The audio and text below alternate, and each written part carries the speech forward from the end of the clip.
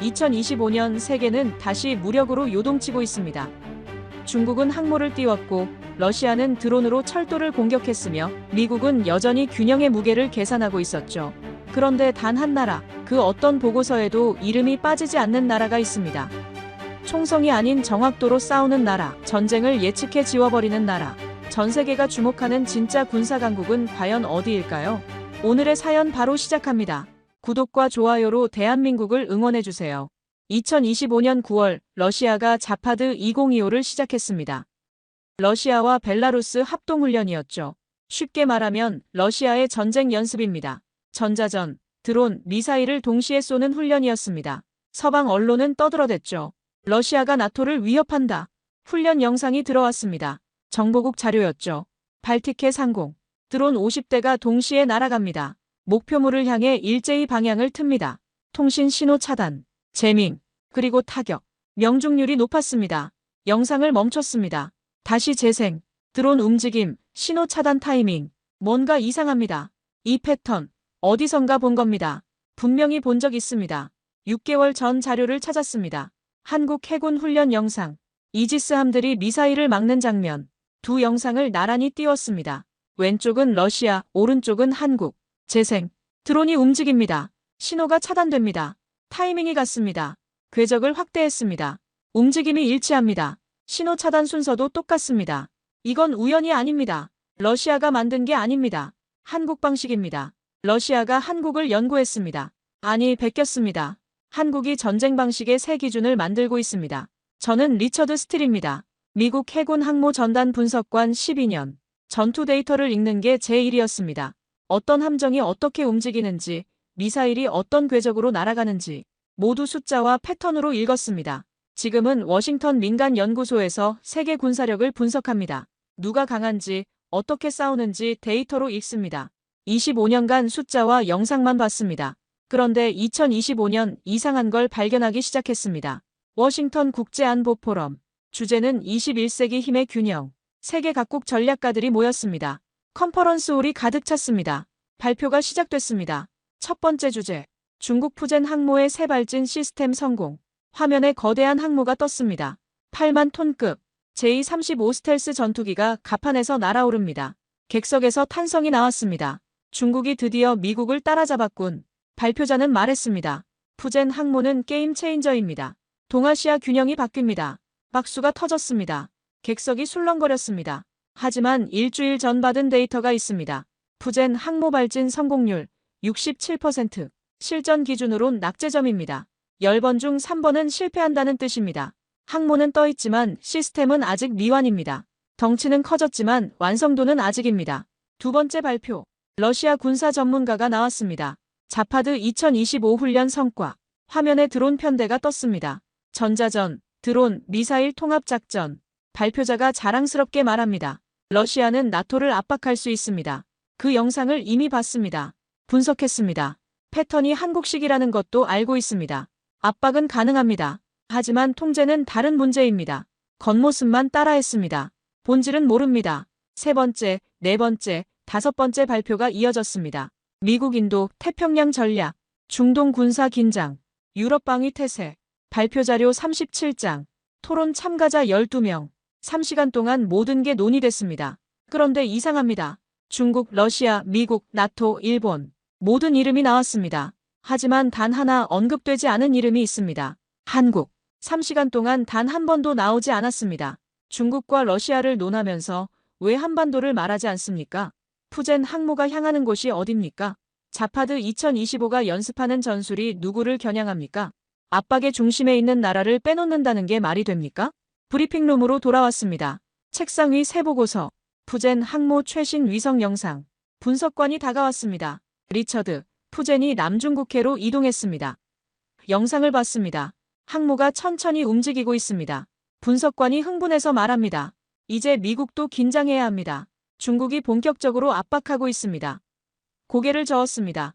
긴장할 필요는 없습니다. 관찰하면 됩니다. 다른 파일을 열었습니다. 한국 해군 이지스함 훈련 데이터, 세종대왕급, 정조대왕급, 모의훈련 결과가 나와 있습니다. 미사일 요격률 96%, 반응 속도는 미 해군보다 1.3배 빠릅니다. 두 데이터를 나란히 놓고 봤습니다. 푸젠 항모 8만 톤, 한국 이지스함 1만 톤. 크기는 8배 차이입니다. 하지만 요격률은 한국이 높습니다. 반응 속도도 빠릅니다. 전력의 무게는 크기가 아니라 정확도입니다. 컴퓨터 화면을 켰습니다. 위성 데이터를 띄웠습니다. 전과 후. 화면이 둘로 나뉩니다. 왼쪽은 한 달 전, 오른쪽은 오늘. 푸젠 항모의 위치가 보입니다. 움직임이 보입니다. 하지만 의도는 보이지 않습니다. 비공식 보고서를 열었습니다. 네트워크 분석. 중국, 러시아, 이란, 북한. 네 나라가 느슨하게 연결돼 있습니다. 동맹은 아닙니다. 조약도 없습니다. 하지만 압박하는 방향은 일치합니다. 지도를 펼쳤습니다. 네 나라의 최근 군사활동을 표시했습니다. 중국 푸젠, 남중국해 기동, 러시아 자파드 2025, 발틱해 훈련, 이란과 북한, 드론 기술 공유, 빨간 선을 그었습니다. 방향을 연결했습니다. 모두 한 곳을 향했습니다. 37도 북위, 127도 동경, 한반도였습니다. 등골이 서늘해졌습니다. 이건 우연이 아닙니다. 느슨하지만 방향은 같습니다. 압박의 방향이 명확히 일치합니다. 포럼에서 한국은 언급되지 않았습니다. 하지만 크링크의 방향은 한반도를 향합니다. 이건 우연이 아닙니다. 보고서의 지도 위 한국은 없었습니다. 그러나 신호는 있었습니다. 워싱턴의 밤이 깊어갑니다. 37도 북위, 127도 동경. 그 좌표가 머릿속에 남았습니다. 이 빈칸을 채우겠습니다. 세상이 보지 못하는 것을 보겠습니다. 데이터가 말하는 진실을 듣겠습니다.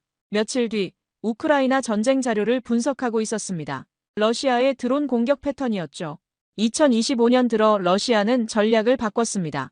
대량 폭격이 아니라 정밀 타격으로 말이죠. 철도망, 전력망, 통신망, 핵심만 골라서 쳤습니다. 타격 지도를 펼쳤습니다. 붉은 점들이 찍혀 있었죠. 우크라이나 서부철도 허브 5곳, 동부 발전소 3곳, 모두 정확히 맞았습니다. 명중률 93%, 타격 후 36시간 보급이 끊겼습니다. 이건 대량이 아닙니다. 맥점을 찌르는 전쟁입니다. 분석관이 보고서를 가져왔습니다. 이번 주 러시아 드론 공격 결과입니다. 데이터를 봤습니다. 드론 200대 투입, 목표물 47개, 명중 44개, 정밀도가 높아졌습니다. 하지만 뭔가 이상했죠. 다른 파일을 열었습니다. 3개월 전 자료, 한국 공군 훈련 데이터, 현무 미사일 타격 시험, 목표물 50개, 명중 50개, 오차 0.01도. 두 데이터를 나란히 놓고 봤습니다. 러시아 명중률 93%, 한국 명중률 100%. 정밀도의 기준이 달라지고 있습니다. 전쟁은 총성이 아니라 계산의 시작입니다. 러시아는 철도를 쳤습니다. 한국은 오차를 없앴습니다. 누가 더 강합니까? 다음 날 경제보고서가 들어왔습니다. 미국과 중국의 반도체 전쟁. 중국이 히토류 수출을 제한했습니다. 미국이 첨단 반도체 수출을 막았습니다. 유럽이 배터리 소재를 확보하려 애썼습니다. 전 세계 방산 공급망이 흔들렸습니다. 전쟁은 전장에서만 일어나지 않습니다. 공장에서도 일어나죠. 무기를 만들 수 없으면 싸울 수 없습니다. 공급망 지도를 펼쳤습니다. 붉은 선이 복잡하게 얽혀 있었죠. 그런데 한 곳이 눈에 띄었습니다. 한국이었습니다. 중국 제재에도 미국 압박에도 흔들리지 않았습니다. 방산 소재 생산이 계속됐죠. 데이터를 확인했습니다. 한국의 방산 수출 2024년 170억 달러, 2025년 예상 220억 달러 증가했습니다. 이건 단순한 수출이 아닙니다. 수출 품목을 봤습니다. FA-50 전투기, K2 전차, K9 자주포, 폴란드, 루마니아, 사우디, 호주 모두 한국 무기를 샀습니다. 왜 샀습니까? 보고서를 더 읽었습니다. 한국 무기의 특징 즉시 배치 가능, 유지비 낮음, 정확도 높음. 이건 무기 판매가 아닙니다. 신뢰의 거래입니다. 작전 가능한 공급망. 그것이 진짜 전력입니다. 같은 시각, 새로운 보고서가 도착했습니다. 중국 푸젠 항모 추가 데이터, 제35 스텔스기 발진 영상이 공개됐죠. 중국 언론은 대서특필했습니다. 중국 스텔스 항모 시대 개막. 영상을 봤습니다. 제35가 갑판에서 날아오릅니다. 멋있어 보였죠. 하지만 데이터를 확인했습니다. 발진 시스템 출력 로그. 성공률 67%. 고개를 저었습니다. 성공률 67%는 실전이 아닙니다. 훈련입니다. 중국은 항모를 띄웠습니다. 한국은 공식을 세웠습니다. 비교표를 만들었습니다. 왼쪽엔 중국 푸젠, 오른쪽엔 한국 이지스함. 크기 중국 승, 항제 기수 중국 승, 명중률 한국 승, 반응 속도 한국 승. 유지비, 한국승. 누가 이깁니까? 항모 전단 근무 시절 믿었습니다. 크기가 힘이라고 말이죠. 11척 슈퍼캐리어가 세계를 지킨다고 믿었습니다. 하지만 지금은 다릅니다. 크기는 위협이지만 정확도는 통제입니다. 정밀 억제력의 정의를 내렸습니다. 정밀 억제력은 적이 움직이기 전 움직이지 못하게 만드는 수학이다. 다음 문장을 적었습니다. 그 수학의 이름은 한국이다. 동료가 물었습니다. 요즘 뭘 분석하고 있나? 대답했습니다. 정밀도를 분석하고 있습니다. 동료가 웃었습니다. 정밀도? 그게 뭐가 중요한가? 말했습니다. 정밀도가 전쟁을 바꾸고 있습니다. 방산 수출 증가율을 다시 확인했습니다. 미국 전년 대비 5% 증가, 러시아 전년 대비 12% 감소, 한국 전년 대비 42% 증가, 42%. 어떻게 된 겁니까? 분석 보고서를 더 읽었습니다. 핵심은 공급망이었습니다. 미국과 중국이 경제전쟁을 하면서 글로벌 방산 소재가 흔들렸습니다. 중국이 히토류를 막았습니다. 미국이 반도체를 막았습니다. 그 사이에서 한국만 중립을 유지했습니다. 공급망 지도를 다시 펼쳤습니다. 붉은 선이 복잡하게 얽혀 있었죠. 중국발 히토류, 미국발 반도체, 유럽발 정밀 부품, 모든 선이 막히거나 지연됐습니다. 하지만 한국발 공급선은 계속 흘렀습니다. 폴란드가 샀습니다. 호주가 샀습니다. 사우디가 협상합니다. 이게 틈새입니까? 이건 선택입니다. 미국은 힘을 팝니다. 러시아는 가격을 팝니다. 한국은 시간을 팝니다. 당장 쓸 수 있는 시간 말이죠. 러시아 뉴스를 봤습니다. 드론 전술 진화에 대한 보도. 러시아가 우크라이나에서 새로운 정밀 드론을 사용했다는 내용. 명중률이 올라갔다고 합니다. 데이터를 확인했습니다. 러시아 드론 명중률 93%. 하지만 문제가 있었습니다. 보급. 드론 부품 공급이 불안정했습니다. 제재 때문이었습니다. 정밀도는 높지만 지속성이 낮았습니다. 정밀함이 지속되지 않으면 그건 그냥 이벤트입니다. 한국 데이터와 비교했습니다. 한국방산 제품의 장기 유지율 보고서. K9 자주포 20년 운용률 95%, FA50 전투기 가동률 92%. 한국은 지속 가능한 정확도를 가졌습니다. 전쟁은 한 번의 타격으로 끝나지 않습니다. 매일 싸워야 합니다. 그러려면 무기가 계속 작동해야 합니다. 부품이 와야 하고 수리가 돼야 하고 재보급이 돼야 합니다. 그게 진짜 전력입니다. 25년 동안 크기를 신봉했습니다. 항모가 크면 강하다고 믿었습니다. 미사일이 많으면 이긴다고 생각했습니다. 하지만 지금은 다릅니다. 정확도와 신뢰성이 전력을 지배합니다. 정확도는 한 번의 타격이 아니라 지속되는 의도입니다. 한국은 조용히 표준이 됩니다. 이제 본격적으로 파고들 시간입니다. 며칠 뒤 남중국해 데이터를 분석하고 있었습니다. 중국과 필리핀 해경 선박이 충돌한 사건이었죠.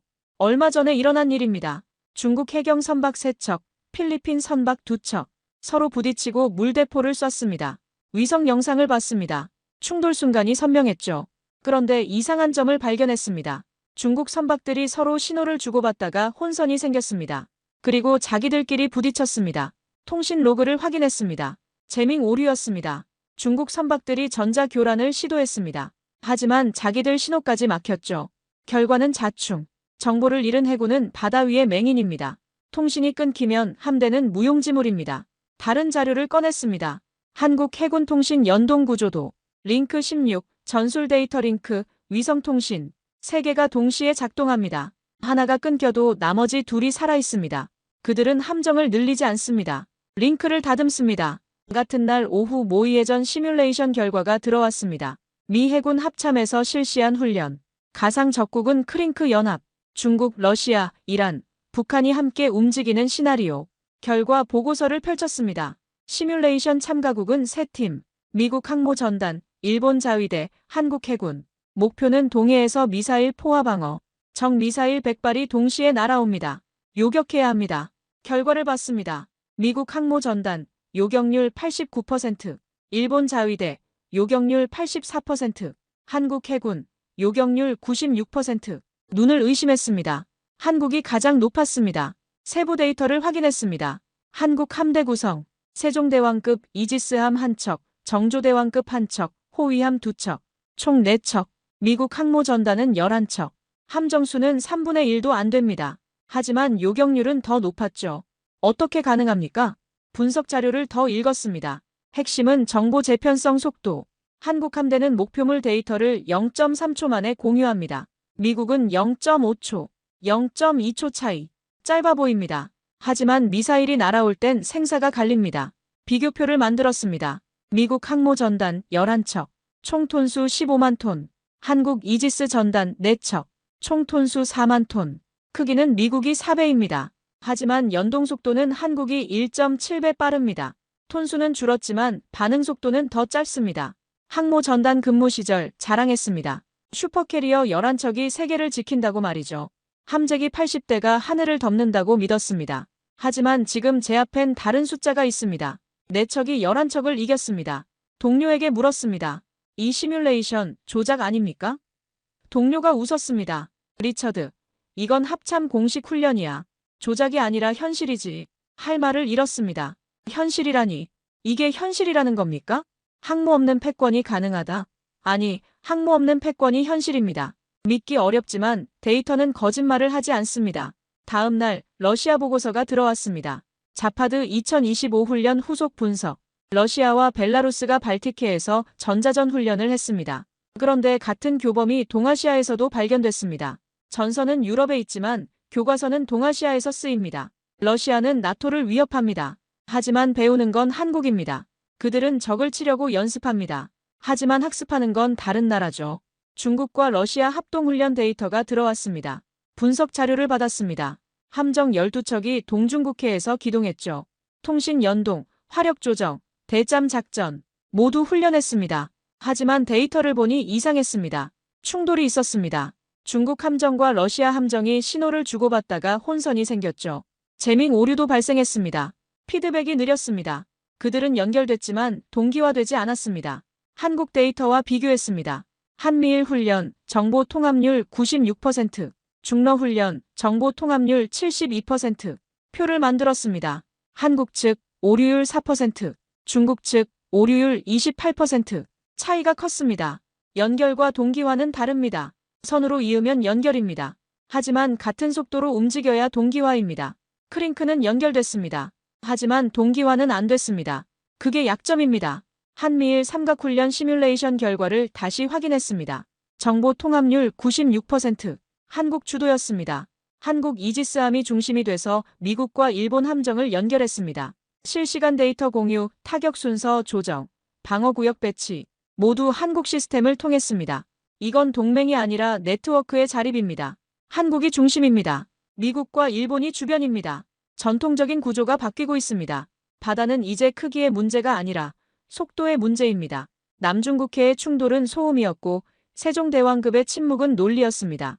중국은 함정을 늘립니다. 한국은 링크를 다듬습니다. 누가 이깁니까? 25년간 믿어온 모든 게 흔들렸습니다. 항모가 전부가 아니었습니다. 톤수가 힘이 아니었습니다. 하지만 데이터는 명확합니다. 우린 함재기로 위협했지만 그들은 링크로 통제했습니다.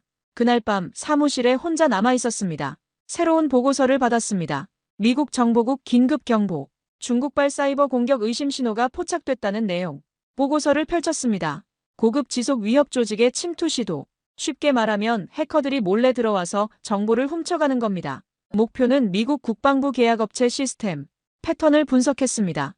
공격 경로, 침투 방식, 데이터 탐색 패턴. 그런데 이상했습니다. 공격이 아니라 탐색이었습니다. 정보를 빼가려는 게 아니라 어떤 정보가 있는지 살펴보는 겁니다. 이건 공격 전 정찰입니다. 트래픽 로그를 더 확인했습니다. 다른 패턴을 발견했습니다. 한국방산연구소 시스템도 탐색을 받았더군요. 한국 측 대응 로그를 요청했습니다.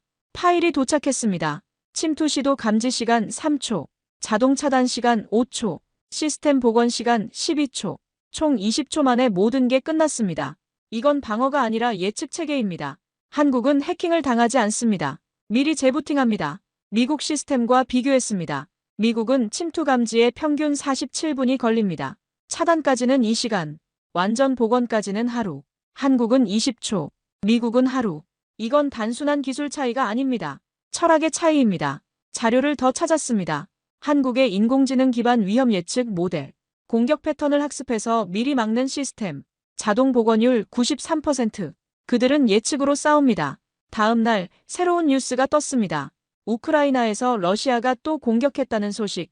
이번엔 전력망, 드론으로 발전소를 쳤습니다. 우크라이나 서부 지역이 정전됐습니다. 72시간 동안 전기가 끊겼죠. 타격 보고서를 받았습니다. 드론 150대, 발전소 8곳 타격, 명중 7곳, 지도를 펼쳤습니다. 발전소 위치를 표시했죠. 모두 주요 도시와 연결된 곳. 전기가 끊기자 철도도 멈췄습니다. 통신도 끊겼습니다. 전기는 조용히 죽입니다. 그게 진짜 전쟁입니다. 총성은 멈췄습니다. 하지만 전기가 멈추자 전쟁은 그때 시작됐습니다. 사람들은 난방을 잃었고 병원은 비상전력으로 버텼습니다. 이게 현대 전쟁입니다. 다른 자료를 꺼냈습니다. 한국의 전력망 방어 시스템, 분산형 발전, 스마트 그리드, 비상 백업, 세 개가 동시에 작동합니다. 하나가 타격받아도 나머지가 살아있습니다. 한국은 전기를 방어하는 나라입니다. 비교 데이터를 만들었습니다. 우크라이나 발전소 한 곳 타격 시 복구 시간 72시간, 한국 예상 복구 시간 4시간. 전쟁은 이제 보이지 않는 곳에서 일어납니다. 화면 속에서, 전선 속에서 말입니다. 또 다른 보고서가 들어왔습니다. 크링크 네트워크 업데이트. 중국, 러시아, 이란, 북한의 사이버 연계 패턴 분석. 공격 경로가 복잡하게 얽혀 있었습니다. 러시아에서 시작된 공격이 이란을 경유합니다. 그리고 다시 북한 서버를 거칩니다. 마지막엔 중국 주소로 위장됩니다. 경로를 따라가며 확인했습니다. 그들은 함께 움직입니다. 느슨하지만 같은 방향입니다. 지도에 선을 그었습니다. 공격 경로를 연결했죠. 러시아, 이란, 북한, 중국. 네 나라가 연결됐습니다. 하지만 동맹은 아닙니다. 각자 목적이 다릅니다. 그런데 압박하는 방향만은 같습니다. 한반도였습니다. 총성이 없다고 평화는 아닙니다. 사이버 공격, 드론 타격, 전력망 마비. 전쟁은 이제 총 없이도 일어납니다. 보이지 않지만 더 치명적입니다. 만약 전기가 끊긴다면 어떻게 될까? 병원, 지하철, 통신. 모든 게 멈춥니다. 그게 바로 현대전쟁의 핵심입니다. 한국의 사이버 방어를 다시 확인했습니다. 침투 감지 3초, 차단 5초, 복원 12초, 총 20초. 그들은 해킹을 막지 않습니다. 시간을 막습니다. 전선은 이제 빛의 속도로 움직입니다. 러시아의 우크라이나 전력망 공격 데이터를 다시 봤습니다. 드론 150대, 발전소 8곳, 명중 7곳, 정전 72시간. 한국 시스템과 대비했습니다. 분산형 발전 체계, 타격받아도 4시간 내 복구. 차이가 명확합니다. 러시아는 타격했습니다. 한국은 복원했습니다. 공격과 방어의 속도 경쟁입니다. 누가 빠릅니까? 중국발 사이버 공격 패턴을 다시 분석했습니다. 탐색 단계, 침투 시도, 데이터 접근. 미국 시스템은 47분 후에야 감지했습니다. 한국 시스템은 3초 만에 감지했습니다. 47분 대 3초. 이 차이가 뭡니까? 전쟁입니다. 현대 전쟁은 속도입니다. 누가 먼저 알아채고, 누가 먼저 막고, 누가 먼저 복원하느냐. 그게 승패입니다. 한국은 조용히 전쟁을 사전에 지워버립니다. 공격이 완성되기 전에 막습니다. 피해가 확산되기 전에 복원합니다. 이게 새로운 전쟁의 정의입니다. 크링크 네트워크의 사이버 연계를 다시 확인했습니다. 러시아, 이란, 북한, 중국. 복잡한 경로. 하지만 방향은 하나. 한반도. 그들은 연결됐지만 한국은 준비됐습니다. 며칠 뒤 방산 수출 보고서를 받았습니다. 2025년 상반기 글로벌 무기 거래 현황. 보고서를 펼쳤습니다. 놀랐습니다.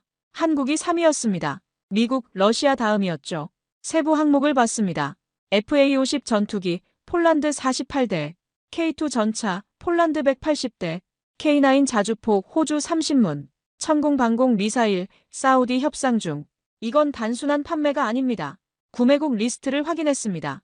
폴란드, 루마니아, 에스토니아, 호주, 사우디, 이집트. 모두 최전선 국가들입니다. 러시아와 가깝거나 중동에서 긴장이 높거나 중국을 견제해야 하는 나라들. 왜 한국 무기를 샀을까? 분석 자료를 더 읽었습니다. 구매 이유. 첫째, 즉시 배치 가능. 미국 무기는 주문 후 5년 걸립니다. 한국은 2년입니다. 둘째, 유지비 저렴. 운용 비용이 미국 무기의 60% 수준입니다. 셋째, 정확도 높음. 실전 검증된 성능. 이건 무기가 아니라 신뢰입니다. 폴란드는 급합니다. 러시아가 바로 옆이니까요. 호주도 급합니다. 중국 해군이 커지니까요. 그들에게 필요한 건 당장 쓸 수 있는 무기입니다. 한국이 그걸 줬습니다. 다른 데이터를 봤습니다. 무기 수출 증가율. 미국 전년 대비 5% 증가. 러시아 전년 대비 12% 감소. 한국 전년 대비 42% 증가. 42%. 어떻게 된 겁니까?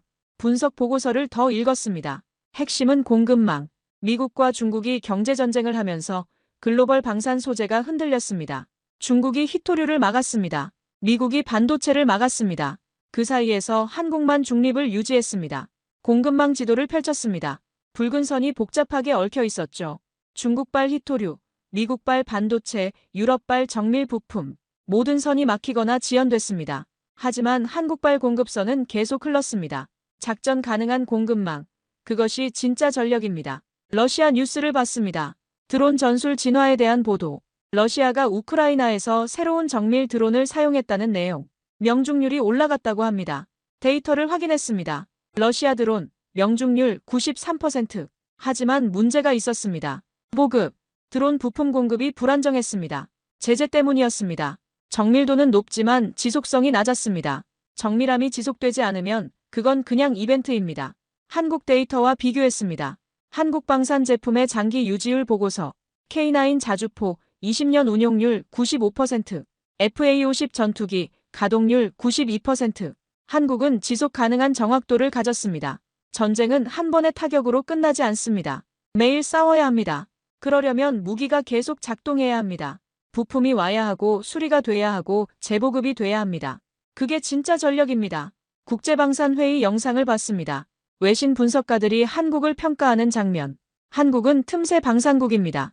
미국과 러시아 사이에서 기회를 잡았죠. 틈새라니. 틈새가 아닙니다. 표준입니다. 폴란드가 샀습니다. 호주가 샀습니다. 사우디가 협상합니다. 이게 틈새입니까? 이건 선택입니다. 미국은 힘을 팝니다. 러시아는 가격을 팝니다. 한국은 시간을 팝니다. 당장 쓸 수 있는 시간 말이죠. 방산 수출 데이터를 다시 확인했습니다. 한국 2024년 170억 달러, 2025년 예상 220억 달러, 50억 달러 증가, 전년 대비 42% 증가. 이 숫자가 뭡니까? 폴란드를 봤습니다. FA50 전투기 48대, K2 전차 180대, K9 자주포 200문, 계약 규모만 150억 달러. 폴란드는 왜 이렇게 삽니까? 급하기 때문입니다. 러시아가 옆에 있습니다. 5년을 기다릴 수 없습니다. 호주를 봤습니다. K9 자주포 30문, 레드백 장갑차 협상 중. 호주는 왜 삽니까? 중국 해군이 커지고 있습니다. 남중국해 긴장이 높아집니다. 당장 필요합니다. 사우디를 봤습니다. 천공 방공 미사일 협상 중. 계약 규모 30억 달러. 사우디는 왜 삽니까? 이란 드론이 날아옵니다. 막아야 합니다. 지금 당장. 이게 틈새입니까? 이건 필수입니다. 한국은 조용히 표준이 됩니다. 25년 동안 크기를 신봉했습니다. 항모가 크면 강하다고 믿었습니다. 미사일이 많으면 이긴다고 생각했습니다. 하지만 지금은 다릅니다. 정확도와 신뢰성이 전력을 지배합니다. 한국 무기의 장기 유지율을 다시 확인했습니다. K9 20년 운용률 95%, K2 15년 운용률 94%, FA50 가동률 92%. 이 숫자가 뭡니까? 믿을 수 있다는 겁니다. 사면 작동한다는 겁니다.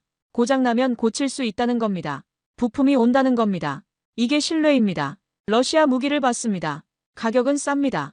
하지만 부품 공급이 불안정합니다. 제재 때문입니다. 산 다음이 문제입니다. 미국 무기를 봤습니다. 성능은 좋습니다. 하지만 5년을 기다려야 합니다. 그 사이에 전쟁이 날 수도 있습니다. 한국 무기를 봤습니다.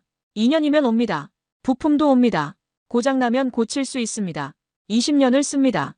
이게 차이입니다. 정확도는 한 번의 타격이 아니라 지속되는 의도입니다. 한국은 그걸 증명하고 있습니다. 일주일 뒤 새로운 보고서를 받았습니다. 크링크 협력 심화 분석. 중국, 러시아, 이란, 북한. 네 나라의 군사 데이터 공유가 강화되고 있다는 내용. 중국과 러시아가 합동 해상훈련을 했습니다. 동중국해였죠. 이란은 북한에서 드론 기술을 받았습니다. 러시아는 북한에 위성 기술을 줬습니다. 이건 동맹이 아닙니다. 하지만 협력은 분명합니다. 지도를 펼쳤습니다. 네 나라의 최근 군사활동을 표시했죠. 중국 푸젠, 남중국해 기동, 러시아 자파드-2025 발틱해, 이란 드론 중동, 북한 미사일 동해, 선을 그었습니다. 방향을 연결했죠. 모두 느슨하지만 방향은 명확했습니다. 느슨하지만 벡터는 같습니다. 압박의 방향. 그 방향은 어딥니까? 지도를 봤습니다. 37도 북위, 127도 동경, 한반도였습니다. 압박이 커지고 있습니다. 같은 시각, 다른 보고서가 도착했습니다. 한미일 삼각훈련 시뮬레이션 결과. 훈련 시나리오는 간단했습니다. 크링크 연합의 동시 압박에 대응하는 겁니다. 결과를 봤습니다. 정보 통합률 96%. 한국 주도였습니다. 한국 이지스함이 중심이 돼서 미국과 일본 함정을 연결했습니다. 실시간 데이터 공유, 타격 순서 조정, 방어구역 배치 모두 한국 시스템을 통했습니다. 이건 동맹이 아니라 네트워크의 자립입니다. 한국이 중심입니다. 미국과 일본이 주변입니다. 전통적인 구조가 바뀌고 있습니다. 다음 날 중국과 러시아 합동훈련 데이터가 들어왔습니다. 함정 12척이 동중국해에서 기동했죠. 통신 연동, 화력 조정, 대잠 작전 모두 훈련했습니다. 하지만 데이터를 보니 이상했습니다. 충돌이 있었습니다. 중국 함정과 러시아 함정이 신호를 주고받다가 혼선이 생겼죠. 재밍 오류도 발생했습니다. 피드백이 느렸습니다. 그들은 연결됐지만 동기화되지 않았습니다. 한국 데이터와 비교했습니다. 한미일 훈련, 정보 통합률 96%, 중러 훈련, 정보 통합률 72%, 표를 만들었습니다. 한국 측 오류율 4%, 중국 측 오류율 28%, 차이가 컸습니다. 연결과 동기화는 다릅니다. 선으로 이으면 연결입니다. 하지만 같은 속도로 움직여야 동기화입니다. 크링크는 연결됐습니다. 하지만 동기화는 안 됐습니다. 그게 약점입니다. 그날 오후 제 상관이 사무실로 들어왔습니다. 그는 제 책상 위 파일을 봤습니다. 한국 관련 자료가 쌓여 있었죠. 그가 물었습니다. 리처드, 요즘 뭘 하고 있나? 대답했습니다. 한국을 분석하고 있습니다. 상관이 미간을 찌푸렸습니다. 한국? 왜 한국인가? 중국이나 러시아를 분석해야 하지 않나? 말했습니다. 한국이 변수입니다. 크링크 압박의 중심이 한반도입니다. 그리고 한국의 대응 방식이 새로운 표준입니다. 상관이 한숨을 쉬었습니다. 리처드, 자네 후원사가 뭐라고 하는지 아나? 중국과 러시아 이슈로 조회수를 뽑으라고 했네. 한국은 들러리면 된다고. 고개를 저었습니다. 한국은 들러리가 아닙니다. 균형추입니다. 상관이 말했습니다. 자네가 한국 중심으로 보고서를 쓰면 후원이 끊길 수 있네. 침묵했습니다. 상관이 덧붙였습니다. 접근권도 축소될 수 있어. 신중하게 생각해. 대답했습니다. 데이터를 따르겠습니다. 상관이 나갔습니다. 혼자 남았습니다. 후원이 끊기면 어떻게 됩니까? 접근권이 없으면 분석을 못합니까? 고개를 저었습니다. 아닙니다. 압박은 방향을 갖지만 정밀은 논리를 갖습니다. 그들은 소리를 키우지만 한국은 연산을 줄입니다. 데이터를 삭제하라니 그건 패배 선언입니다. 크링크 네트워크를 다시 확인했습니다. 중국, 러시아, 이란, 북한 네 나라가 데이터를 공유합니다. 하지만 통합률은 72%, 한국 주도 삼각훈련, 통합률 96%, 숫자가 말합니다. 압박의 벡터를 다시 봤습니다. 모두 한반도를 향합니다. 하지만 한국은 준비됐습니다. 이지스함 4척으로 96%를 막습니다. 사이버 공격을 20초 만에 복원합니다. 전력망을 4시간 만에 복구합니다. 느슨하지만 벡터는 같다. 압박의 방향. 하지만 정밀은 논리다. 한국은 논리로 전쟁을 이깁니다. 상관의 말이 머릿속을 맴돌았습니다. 후원이 끊길 수 있네. 그럼 끊어라. 나는 데이터를 씁니다. 후원보다 진실이 깁니다. 한미일 훈련 데이터를 다시 확인했습니다. 한국 이지스함이 중심, 미국과 일본이 연결, 정보 통합률 96%. 이게 새로운 구조입니다. 한국이 중심이고 동맹이 주변입니다. 중러 훈련 데이터를 다시 확인했습니다. 함정 12척. 하지만 통합률 72%, 오류율 28%. 그들은 연결됐지만 동기화 안 됐습니다. 이게 약점입니다. 압박과 대응, 벡터와 논리, 크링크와 한국. 누가 이깁니까? 데이터가 답합니다. 며칠 뒤 예상한 일이 일어났습니다. 제 보고서 초안이 유출됐습니다. 누군가 요약본을 외신에 흘렸습니다. 익명이었죠. 하지만 내용은 분명했습니다. 제목은 이랬습니다. 항모시대의 종말. 아침에 사무실로 출근했습니다. 컴퓨터를 켰습니다. 메일함이 터져 있었습니다. 뉴스 알림이 쏟아졌습니다. 미국 언론, 유럽 언론, 중동 언론. 전부 제 보고서를 보도하고 있었습니다. 첫 번째 기사를 열었습니다. 미국 전직 해군 분석가, 충격 보고서 공개. 한국 중심 안보체계 주장. 제 문장이 인용돼 있었습니다. 항모는 유산이다. 네트워크가 주권이다. 시작됐습니다. 오전 내내 전화가 울렸습니다. 동료들이었습니다. 리처드, 자네 뭘 한 거야? 왜 발표 전에 유출시켰나? 대답했습니다. 제가 유출한 게 아닙니다. 누군가 흘렸습니다. 하지만 아무도 믿지 않았습니다. 오후가 되자 반박이 쏟아졌습니다. 중국 군사평론가가 성명을 냈습니다. 온라인 기사를 읽었습니다. 리처드 스틸은 현실을 모른다. 한국은 과대평가됐다. 푸젠 항모가 동아시아 균형을 바꿨다. 러시아 전문가도 논평을 발표했습니다. 모스크바 국제관계연구소 소장 자파드-2025가 나토를 압도한다. 한국은 보조에 불과하다. 스틸의 분석은 편향됐다. 예상대로입니다. 더 큰 문제는 미국 내부였습니다. 유명 방산 평론가 제임스 브라운이 칼럼을 썼습니다. 항공모함 옹호론자죠. 그가 신랄하게 비판했습니다. 리처드 스틸은 25년 경력을 벌였다. 한국은 미국 동맹의 부속품이다. 독자 전력이 아니다. 브라운의 칼럼이 계속됐습니다. 그는 데이터를 과대 해석했다. 시뮬레이션은 실전이 아니다. 항모 없이 바다를 지킬 수 없다. 이건 상식이다. 반박해야 합니다. 그날 오후 제 상관이 들어왔습니다. 그의 표정이 심각했습니다. 리처드, 긴급 세미나가 소집됐네. 워싱턴 국방연구소 주최야. 자네 보고서 때문이네. 물었습니다. 제가 발표합니까? 상관이 고개를 끄덕였습니다. 그리고 질문에 답해야 하네. 이틀 뒤 워싱턴 국방연구소 회의실. 비공개 세미나. 하지만 참석자가 많았습니다. 50명쯤. 전직 장성, 현직 분석가, 방산 전문가, 싱크탱크 연구원. 모두 제 보고서를 읽고 왔습니다. 앞에 섰습니다. 프로젝터가 켜졌습니다. 자료를 띄웠습니다. 발표를 시작했습니다. 감사합니다. 오늘은 제 연구 결과를 설명드리겠습니다. 첫 번째 슬라이드. 2025년 현재 전력의 패러다임이 바뀌고 있습니다. 크기에서 정확도로, 양에서 질로.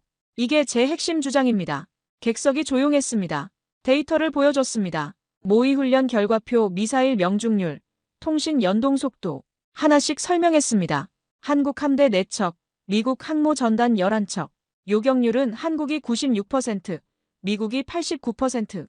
이건 미 합참 공식 훈련 결과입니다. 객석에서 손이 올라갔습니다. 전직 해군 제독, 스틸, 그건 시뮬레이션 아닌가? 실전과 다르지 않나? 대답했습니다. 시뮬레이션은 실전을 반영합니다. 미 합참이 신뢰하는 시스템입니다. 그리고 실전 데이터도 있습니다. 다음 슬라이드를 보여줬습니다. 한국 현무5 미사일 실제 타격 시험. 오차 0.01도. 쉰발 50중. 중국 푸젠 항모 새로운 발진 시스템 성공률 67%. 이것도 시뮬레이션이 아닙니다. 실전 데이터입니다. 객석이 술렁거렸습니다. 다른 손이 올라갔습니다. 망산 전문가. 하지만 항모는 전력 투사의 상징 아닙니까? 그걸 부정합니까? 고개를 저었습니다. 부정하지 않습니다. 하지만 유일한 답이 아니라는 겁니다. 뒷줄에서 목소리가 나왔습니다. 제임스 브라운이었습니다. 그가 일어섰습니다. 스틸, 자네는 한국을 과대평가하고 있네. 미국 없이 한국은 작동하지 않아. 이건 현실이야. 브라운을 봤습니다. 브라운, 데이터를 보십시오. 한국은 독자적으로도 작동합니다. 물론 동맹이 중요합니다. 하지만 일방 의존은 아닙니다. 브라운이 비웃었습니다. 데이터? 자네는 숫자에 빠져 있어. 전쟁은 숫자로 이기지 않아. 침착하게 대답했습니다. 전쟁은 정확히 숫자입니다. 누가 먼저 탐지하느냐, 몇 초 만에 결정하느냐, 얼마나 정확히 타격하느냐. 전부 숫자입니다. 그리고 그 숫자에서 한국이 앞섭니다. 브라운이 목소리를 높였습니다. 그래서 뭔가? 한국이 미국보다 강하다는 건가? 말도 안 돼. 미국은 11척 슈퍼캐리어를 운용해. 한국은 항모가 하나도 없어. 어떻게 비교하나? 다음 슬라이드를 띄웠습니다. 비교표. 함정수, 미국이 많습니다. 총톤수, 미국이 많습니다. 하지만 정보 재편성 속도, 한국이 빠릅니다. 요격 성공률, 한국이 높습니다. 유지비 효율, 한국이 높습니다. 어느 쪽이 더 효율적입니까? 객석이 다시 술렁거렸습니다. 다른 분석가가 손을 들었습니다. 스틸, 그럼 미국은 항모를 버려야 한다는 겁니까? 즉시 대답했습니다. 아닙니다. 항모는 여전히 필요합니다. 하지만 전부가 아닙니다. 네트워크, 정밀도, 연동. 이것도 중요합니다. 브라운이 다시 끼어들었습니다. 자네 후원사가 끊겼다며? 접근권도 위험하다고 들었어. 그런데도 이걸 계속하나? 브라운을 똑바로 봤습니다. 데이터는 후원과 상관없습니다. 진실은 접근권과 상관없습니다. 브라운이 비웃었습니다. 진실? 자네는 한국에 편향된 거야. 객관성을 잃었어. 차분하게 대답했습니다. 저는 작동하는 시스템을 존중합니다. 한국이 작동합니다. 데이터가 증명합니다. 이게 편향입니까? 좌장이 끼어들었습니다. 브라운, 앉으시죠. 스틸, 계속하시죠. 브라운이 투덜거리며 앉았습니다. 마지막 슬라이드를 띄웠습니다. 결론입니다. 강함의 정의가 바뀌었습니다. 크기가 아니라 정확도, 양이 아니라 질. 한국은 그 증거입니다. 다른 전직 장성이 손을 들었습니다. 스틸, 그럼 자네는 왜 한국을 택했나? 다른 나라도 연구할 수 있었잖나? 핵심 질문이었습니다. 객석이 조용해졌습니다. 잠시 생각했습니다. 그리고 천천히 말했습니다.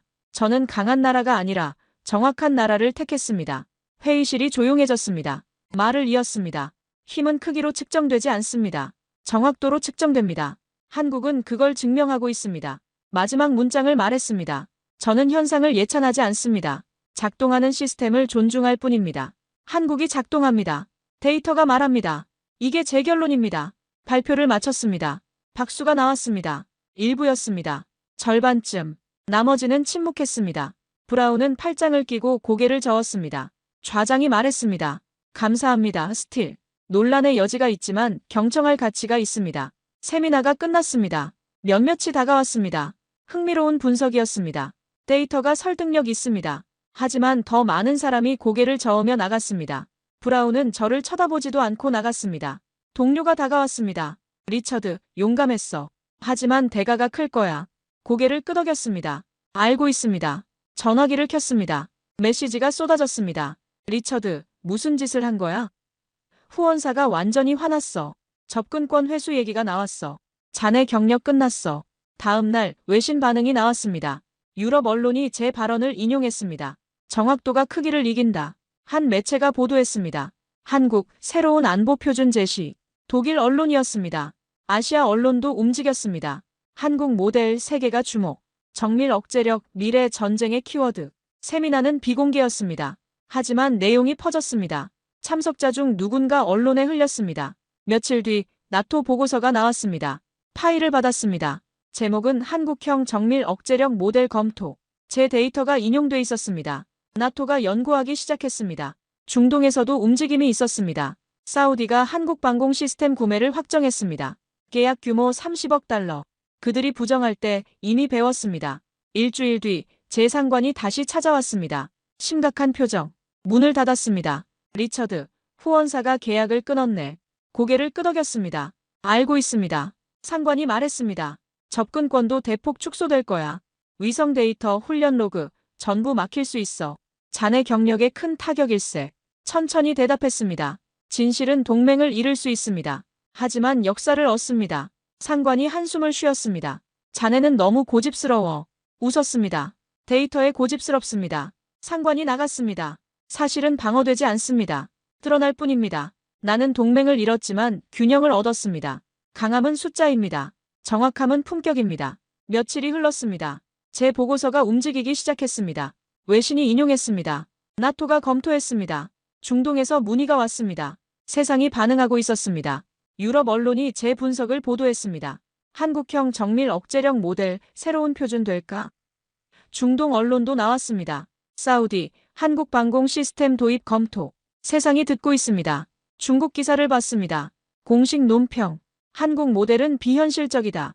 푸젠 항모가 진짜 전력이다. 부정하고 있습니다. 하지만 제 손엔 다른 자료가 있었습니다. 중국 내부 분석 문서가 유출됐습니다. 익명의 제보자가 보내온 파일. 파일을 열었습니다. 제목은 한국 패턴 모범 사례. 정밀 타격, 네트워크 연동, 공급망 안정성. 모두 연구 대상. 그들이 부정할 때 이미 배웠습니다. 러시아도 마찬가지였습니다. 공개적으론 한국 과대평가라고 했습니다. 하지만 군사교범이 조용히 수정되고 있었습니다. 정보기관 출신 제 지인이 알려줬습니다. 드론 정밀도 기준 상향, 통신 연동 절차 개선, 모두 한국식. 부정은 학습의 시작입니다. 그날 오후 미 합참에서 연락이 왔습니다. 메일. 새 보고서에 제 연구를 인용하고 싶다는 내용. 첨부 파일을 열었습니다. 21세기 정밀 억제력 가이드라인 초안. 문서를 읽었습니다. 제 문장이 있었습니다. 힘은 정밀해야 한다. 제가 잃은 건 후원. 하지만 제 연구는 미 합참에 들어갔습니다. 접근권은 줄었지만 영향력은 커졌습니다. 어느 쪽이 더 가치 있습니까? 답을 알고 있습니다. 보고서를 마무리할 시간이었습니다. 결론 챕터를 쓰기 시작했습니다. 전쟁은 숫자가 아니라 의도의 정확도로 끝난다. 25년 동안 어떻게 살았습니까? 톤수를 봤습니다. 항모를 봤습니다. 함재기를 봤습니다. 크기가 전부라고 믿었습니다. 하지만 한국을 본 뒤 다른 걸 보게 됐습니다. 정확도를 봤습니다. 연동을 봤습니다. 의도를 봤습니다. 제 시야가 바뀌었습니다. 아니, 세상이 바뀌고 있었습니다. 나는 25년간 숫자로 전쟁을 분석했다. 하지만 한국을 본 뒤 나는 의도를 분석하게 되었다. 이어서 적었습니다. 그들은 전쟁을 두려워하지 않는다. 대신 전쟁을 계산한다. 마지막 문장을 적기 시작했습니다. 손가락이 멈췄습니다. 이 문장이 제 보고서 전체를 마무리합니다. 신중해야 합니다. 심호흡을 했습니다. 그리고 적었습니다. 나는 이제 확신한다. 강함은 잠시지만 정확도는 평화를 남긴다. 마지막 한 문장을 추가했습니다. 그리고 그 공식의 이름은 한국이었다. 끝났습니다. 하지만 동시에 시작이기도 했습니다. 지도를 꺼냈습니다. 세계 지도. 낡았습니다. 접힌 자국이 많습니다. 항모 전단 시절부터 갖고 다니던 지도입니다. 지도를 펼쳤습니다. 한반도를 봤습니다. 37도 북위, 127도 동경. 처음 이 좌표를 봤을 때가 기억납니다. 몇 주 전, 그때 그곳은 빈칸이었습니다. 포럼 보고서엔 없었고 토론에서도 언급되지 않았습니다. 투명인간 같았습니다. 하지만 지금은 다릅니다. 나토가 검토합니다. 중동이 문의합니다. 미 합참이 인용합니다. 중국과 러시아가 연구합니다. 유럽이 관심을 갖습니다. 한반도는 더 이상 빈칸이 아닙니다. 빨간 펜을 꺼냈습니다. 한반도에 별표를 쳤습니다. 그리고 옆에 적었습니다. 기준. 펜을 내려놓았습니다. 이제 이 나라는 좌표가 아니라 기준입니다. 메일을 확인했습니다. 여러 나라에서 문의가 들어왔습니다. 폴란드 국방연구소, 호주 전략센터, 사우디 군사고문단, 싱가포르 국방부. 모두 제 보고서를 요청했습니다. 한 통씩 답장을 쓰기 시작했습니다. 귀하의 관심에 감사드립니다. 첨부 파일로 보고서를 송부합니다. 같은 문장을 여러 번 썼습니다. 하지만 지루하지 않았습니다. 오히려 뿌듯했습니다. 제 연구가 세계로 퍼지고 있었습니다. 동료가 들어왔습니다. 리처드, 자네 보고서가 화제야. 하지만 후원사는 아직도 화나 있어. 복귀하기 어려울 거야. 웃었습니다. 괜찮습니다. 진실이 더 깁니다. 동료가 고개를 저었습니다. 자네는 정말 고집스러워. 대답했습니다. 데이터에 고집스럽습니다. 동료가 한숨을 쉬며 나갔습니다. 항모 전단 시절 사진을 봤습니다. 벽에 걸린 낡은 액자. 젊은 제 모습이 보입니다. 자신감 넘치는 표정. 그때 저는 확신했습니다. 크기가 힘이라고. 항모가 세계를 지킨다고. 숫자가 승리를 만든다고. 하지만 지금 저는 다릅니다. 정확도가 크기를 이긴다는 걸. 의도가 숫자를 이긴다는 걸. 지도를 다시 봤습니다. 한반도가 유난히 밝게 보였습니다. 아니, 제 눈에만 그렇게 보이는 걸지도 모릅니다. 하지만 상관없습니다. 곧 모두가 보게 될 겁니다. 세상은 천천히 변합니다. 하지만 반드시 변합니다. 제가 한 일은 단순했습니다. 데이터를 받고 패턴을 찾았고 진실을 썼습니다. 그뿐입니다. 세상은 천천히 변합니다. 제 커리어는 흔들렸습니다. 후원은 끊겼습니다. 동료들이 등을 돌렸습니다. 하지만 제 확신은 더 단단해졌습니다. 저는 잃은 게 아닙니다. 교환한 겁니다. 그리고 제가 얻은 게 더 가치 있습니다. 저는 오늘도 지도를 펼칩니다. 그런데 한반도는 좌표가 아니라 기준이 되었습니다. 이게 제 결론입니다. 이게 제가 찾은 진실입니다. 그리고 세상은 이제 이 진실을 배우기 시작했습니다. 25년 경력, 12년 항모 전단, 13년 민간 연구소. 제 인생이 이 순간을 위한 준비였습니다. 저는 강한 나라가 아니라 정확한 나라를 택했습니다. 그리고 그 선택이 옳았습니다. 데이터가 증명합니다. 내일도 연구는 계속됩니다. 후원은 없지만 데이터는 여전히 있습니다. 그리고 무엇보다 확신이 있습니다. 정밀함이 평화를 산다는 확신. 한국이 그 증거라는 확신. 정확도는 언어가 되었고 그 언어의 이름은 한국이었습니다. 그들은 전쟁을 멈춘 게 아니라 계산을 완성했습니다. 힘은 정밀해야 합니다. 이제 한반도는 세계의 기준입니다. 저는 이제 확신합니다.